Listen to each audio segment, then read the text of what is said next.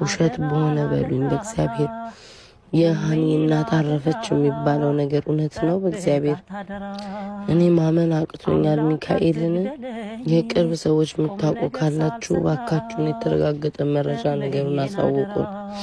እውነት ከሆነ ግን በጣም በጣም ነው የሚያሳዝነው በእውነት በጣም የምናገረው ቃል እንኳን የለኝም እግዚአብሔር በጣም ነው ያዘንኩት የሰው ልጅ ከአምናው ስህተት ካልተማረ ምን ሊጠቅም እዚህ ምድር ላይ መጣ የሰው ምላስ ከባድ ነው እንጨት ያደርቃል ብረት ያቀልጣል የሰው ምላስ በእውነት ጋይስ ሁልጊዜም ምላችሁ ይሄን ነው እኔ በወዳጆቼና በደጋፊዎቼ ነው በጣም በብዙ ነገር የቆምኩት ይሄ ሶሻል ሚዲያ ከባድ ነው ወየውላችሁ ብሏል ፈጣሪ ነገ ለልጆቻችሁ ለራሳችሁ አስቡ ይቅርታ ቤተሰብ ለዚህ ነው ህይወትን የማላምናት ለዚህ ነው መኖር የሰው ስም ብቻ ነው የምለው ለዚህ ነው አለው ማለት ነውር የሚመስለኝ ለዚህ ነው ሳለን እንከባበርና ሞትን እንቅደመው የምለው ሞት እሳት ነው ያገኘውን ይበላል ሞት ጨለማ ነው ወደ አለመተያየት ያስገባል ወዳጄ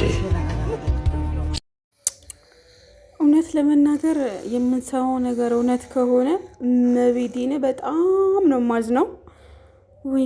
ወይኔ በመድኃኔዓለም አባት ያራየ ነገር ውሸት አድርገው እማምላክን በተለይ ሊያሾ ምንቲ ይሁን እቺ ሴትዮ በጣም ጥምድ አድርገሻቸው ነበርና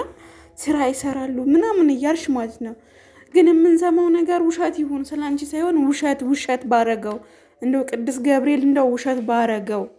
ና ሚዲያው ላይ በጣም እየተናፈሰ ነው ቲክቶክ ላይና እኔ ማመን አልቻልኩም ሜቢቴን ማመን ነው የሚያቀታችሁ በቃ ግን ብዙው እየተቀባበለው ነው ድንገት ሞቱ ምናምን ይያሉ ማለት ነው ያፍርል ብላ የኔ እናት ወይኔ ሰው ምላስ ወይኔ አበሻ ምላስ ብረት ያቀርጣል አለች እኮ ቤታየውና እኔ ያፈረው ለእውነት ከሆነ እኔ ያርገው ሜቢቴን እኔ እናት በሰው ሀገር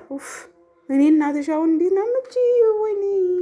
እኔ ሊያሾ ነው አሁን እዚህ በዚህ ሴትየው እንትን ሳስብ ሊያሾ ናት የምትመጣልኝ ገረዳ አረገቻቸው ውጭ ሆና በሰራ ምን ችግር ነበረው በሰው ምላስ አስገባሻቸው ያው እንደው አንቺ ያሽም ነገር ምን ነገር አይባረክልሽም መቤቴን እና በጣም ነው ያዘንኩት ነፍስሽ አይማርም አንቺ ሴትዮ አንቺ ሊያ የምትባይ ልጅ ግን